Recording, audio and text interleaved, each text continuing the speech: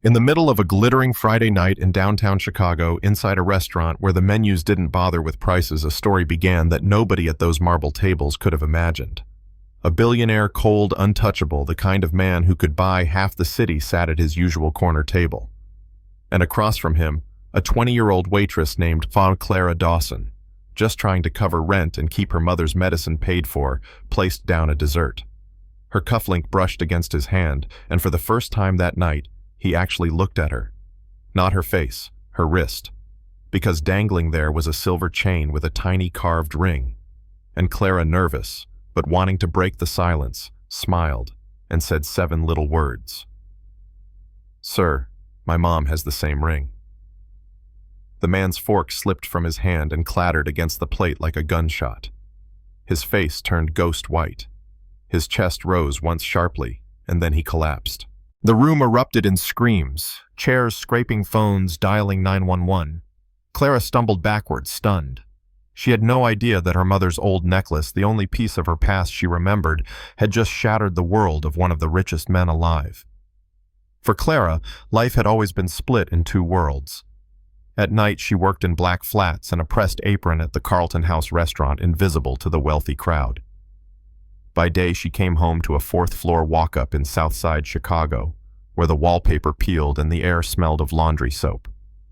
Her mother, Maria Dawson, was the center of that small universe. Gentle, fragile, always humming half-forgotten songs, and never able to recall anything before the accident that left her with amnesia 20 years ago. Her only clue to a life before was the ring she wore on a chain, 2 phoenixes wrapping around a sapphire, unlike anything Clara had ever seen. When the billionaire collapsed, the news spun its own story. Stress, overwork, possible cardiac event. Clara's name never appeared, but she knew. That ring did something to him. 2 days later, a black town car pulled up in front of her building. Out stepped David Mercer, the billionaire's lawyer and right-hand man. He didn't ask. He informed her. "Mr. Grayson wants to see you." Inside a private hospital suite with floor-to-ceiling windows, Clara met Jonathan Grayson, face to face. Not the stone-faced mogul from the restaurant, but a man stripped raw by grief. His voice cracked as he asked, "The ring? You said your mother has it. Where did she get it?" Clara explained about the amnesia, about Maria waking up in a small-town hospital with no memory, only that ring. Jonathan's hand trembled. "I designed that ring," he whispered. "There is only one. I gave it to my wife Eleanor, the day before she died. Or I thought she died." His eyes burned into Clara's. "I need to see your mother." Clara resisted. Her mother's mind was fragile, her past a fog she had long ago stopped chasing. Digging it up could shatter her. But Jonathan's plea was more than desperation. It was a man clawing for truth after 20 years of silence. Clara finally agreed. "At our place. No press, no lawyers. Just you." That night, Clara tore through her mother's closet. Buried under blankets was a shoebox. Inside lay a faded Polaroid of a younger Maria or Eleanor, laughing on a beach arm wrapped around a man with Jonathan's unmistakable gray eyes, and a brittle hospital bracelet. Patient name, Jane Doe. Admission date 20 years ago, Harmony Falls Medical Center. It wasn't just coincidence. It was real. When Jonathan arrived at their tiny apartment, he didn't bring bodyguards or black cars. Just a simple bouquet of white freesias, Maria's favorite, though she never remembered why. The moment their eyes met, something shifted. Jonathan spoke softly, telling stories of the woman he had loved. Her stubborn laugh, her awful singing voice the night she tried to make pasta from scratch and left flour everywhere. Maria listened like a child hearing a half-remembered lullaby. She didn't recognize the man, but she recognized the feeling. Then it happened. Maria began humming under her breath, a haunting little tune she used to calm Clara to sleep. Jonathan froze. It was the lullaby his own mother had hummed to him, the one he had whispered to Eleanor on their honeymoon. Nobody else in the world knew it. Tears streamed down his face as he knelt in front of her chair. "Eleanor," he whispered, "you're alive."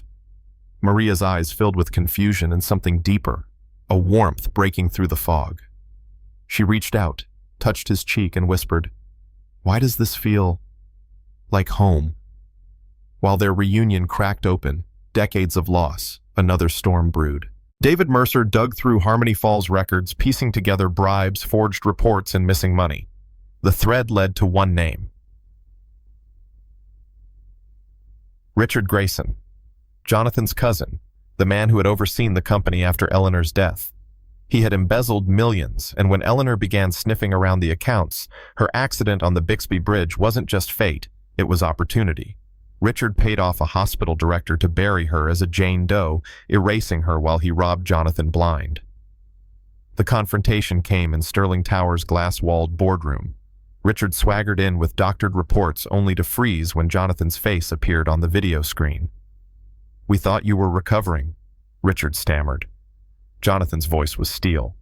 "I've recovered enough to see what you stole from this company from me, from my wife." Mercer laid out the evidence, the Cayman accounts, the bonds, the $2 million lottery win of the corrupt administrator.